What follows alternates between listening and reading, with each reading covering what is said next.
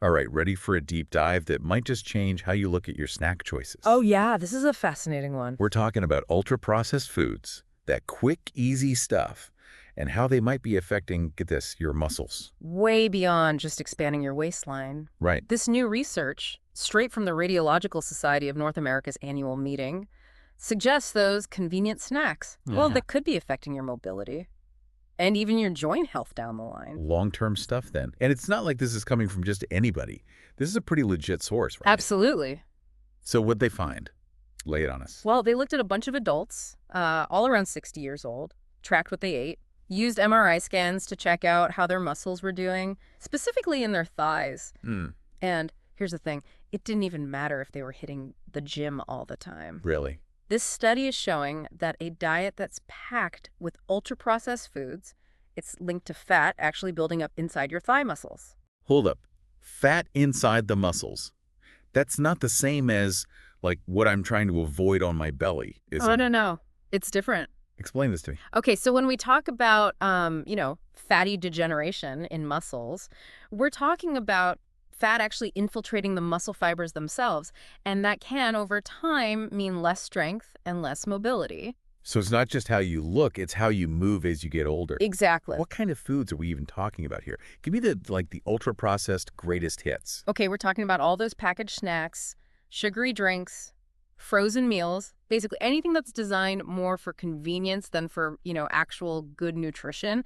It's the stuff that's made to hit all those pleasure centers in your brain with like the perfect combo of sugar, fat, salt, refined carbs. And honestly, it's everywhere. No kidding. And this study found that people were getting, on average, 40% of their meals from ultra-processed foods. Yeah. That's pretty relatable, honestly. Kind of alarming. Right. And what's really interesting here is that this connection, they saw it regardless of someone's BMI, how many calories they ate, or even how much they exercised. So even if you are, like, watching what you eat and you're hitting the gym, those ultra-processed foods could still be, like, messing with your muscles. That seems to be what they're finding, and that's why this research is so important. So how does all of this connect to osteoarthritis? Well, research has shown a connection between this fatty degeneration that we're talking about in the thigh muscles and a really common, often painful condition, knee osteoarthritis. Okay, so this isn't just like some abstract health thing. This could really affect how people live their lives. You got it. Walking without pain, playing with their grandkids, just staying active as they get older. You're hitting all the important points, and that's why getting this link between what we eat and how our muscles age is so important. It's like these seemingly harmless snacks, those quick meals, they could actually be setting you up for some major problems later down the line. Makes you rethink the term convenience food, doesn't it? Convenient now, but what about 10, 20 years down the road? Yeah, it's really all about thinking long-term when it comes to what we choose to eat. And this is definitely making me look at my own pantry a little differently. So Mhm. what can you do about this? Like, is it all about just swapping those processed snacks for whole foods? Think. Less from the box, more from the farm. That's a great place to start, for sure. Okay, tell me more about those swaps. Like, what are some actual practical things people can do to ditch that ultra-processed stuff and, protect their muscles for the long haul? It really comes down to kind of a mindset shift, moving away from quantity and focusing more on quality. Okay. I think we've been so focused on calories, portion control, all that we've kind of forgotten how important nutrient-dense foods are. So instead of obsessing over how much we eat, it's more about what we're actually eating. Makes sense. But let's be real. For a lot of people, those ultra-processed foods are like, they're calling to you. Oh, yeah. They're cheap, they're convenient, and let's face it, they're designed to be addictive. They really are. Food companies have spent millions, if not billions, perfecting what they call the bliss point. That magic combination of sugar, fat, and salt that makes you crave more and more and more. So it's not just a willpower thing. There's real science behind those cravings. Oh, absolutely. So what can people even do to break free, like escape the ultra-processed food trap? Well, awareness is huge.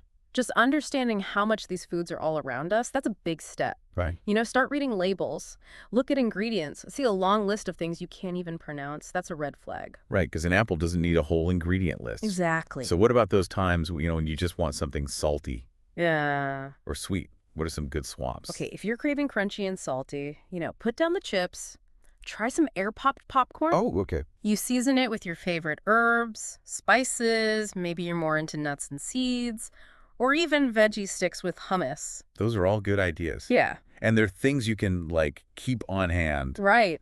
for when that snack attack hits. What about meals, though? I mean, sometimes a frozen dinner just feels like the easiest option. I get it. It's not about being perfect, right? We all have those nights Hmm. where you need something quick. But maybe instead of those prepackaged meals, think about batch cooking on the weekend. A big pot of soup, chili, roast some veggies, cook up quinoa or brown rice. I love that idea. You've got it ready for the whole week. It's all about planning ahead, Yeah, because when you're tired and hungry, that's when the processed stuff really starts to look good. absolutely. And hey, if you do need to grab something on the go, there are definitely healthier options out there. Okay. Look for pre-cut fruits and veggies, hard-boiled eggs, a small container of plain yogurt with some berries. So being prepared, making conscious choices, even when you're in a rush. Exactly. And it's not about deprivation. You can still enjoy delicious food, satisfy your cravings without relying on all that ultra-processed stuff. It's really just about making smarter swaps. And those swaps, they could really pay off Oh, when yeah. it comes to muscle health, overall well-being, all that. Totally.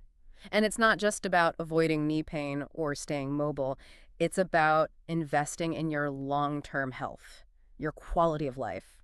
And for anyone listening who's thinking, okay, this all sounds great, but where do I even start? Don't worry. In the next part of our deep dive, we're going to give you some more specific tips. Okay. Strategies for making those healthy swaps, breaking free from ultra-processed foods once and for all. We'll talk about meal planning, grocery shopping tips, and we'll even throw in some easy recipes to make healthy eating a breeze. That sounds awesome. But before we move on, can we go back to something you said earlier about this connection between ultra-processed foods and osteoarthritis? Sure. Can you talk a little more about what osteoarthritis is and why it's such a big deal? Okay, so osteoarthritis is the most common type of arthritis. Affects millions of people worldwide. And it's a degenerative joint disease. It happens when the cartilage, that protective cushion between your bones, breaks down. Oh, I see. And that can lead to pain, stiffness, swelling, makes it tough to move freely. And this research is saying that our diets, all those ultra-processed foods, could be playing a role in causing it. That's what the evidence suggests, yeah. And that's big because it means we might have more control over our joint health than we thought. That's kind of empowering. Like by changing what we eat, we could actually lower our chances of getting this condition. Exactly. Being proactive, protecting our joints now so we can stay mobile and independent later on. So those quick snacks, those convenient meals, it's not just about weight. It's about how our joints feel, how well we can move, all of that. Exactly. All right, I'm ready to dive into those tips. Okay, great. Let's ditch the ultra-processed foods for good. Okay, you've convinced me. I'm ditching the processed stuff, whole foods from now on. Yeah. But like, where do I even start? Grocery shopping is so overwhelming these days. Oh, it can be. It really can. Okay. But I always tell people, just start small. Oh, You don't have to, completely change your diet overnight. Just pick one or two things each week. Maybe this week you swap that afternoon soda for a sparkling water with a little lemon. I like it. Simple, doable. What else? Shop the perimeter of the grocery store. Okay. That's where all the good stuff is. Fresh produce, lean proteins, whole grains. You spend your time there, you're less likely to even see those processed temptations in the middle aisles. That's like a strategic grocery store battle plan. Exactly. Okay, outsmart those treats. Any other grocery shopping hacks? Read the labels. Okay. Don't be fooled by the packaging, the health claims, all that.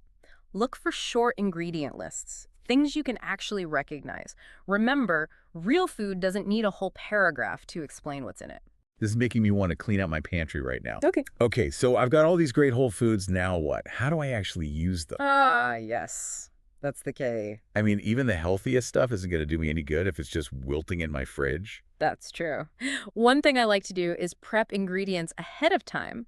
Chop those veggies, cook a big batch of quinoa or lentils, hard-boil some eggs. Oh, okay. That way, when you're hungry, boom, healthy options are ready to go. It's like a build-your-own meal station in your fridge. Exactly. And get creative. There are so many delicious, healthy recipes out there that are surprisingly easy. Roast some veggies with herbs and spices, whip up a smoothie with fruit and yogurt, stir fry with tofu, chicken, and your favorite veggies. This is making me realize that healthy eating doesn't have to be boring It really doesn't. or restrictive. It's all about, like, finding those swaps, finding those recipes that actually work for your life. Exactly. And it's a journey, not a destination, Right. right? There will be times when you slip up, you grab that bag of chips, just acknowledge it, learn from it, and get right back on track. Progress over perfection. I like that. So as we wrap up this deep dive, what's the one thing you want listeners to take away from all of this? Remember that you have the power to make choices that support your health. Mm-hmm. Start by being aware of what you're putting in your body. Then start making those changes, those gradual shifts towards eating more whole foods. Okay. And those small changes, over time, they can really make a difference for your muscles, your joints, and really your whole life. It's all about taking those little steps today to build a healthier tomorrow. Thanks for diving deep with us today. And remember, even though this deep dive is ending, your journey to a healthier you is just beginning.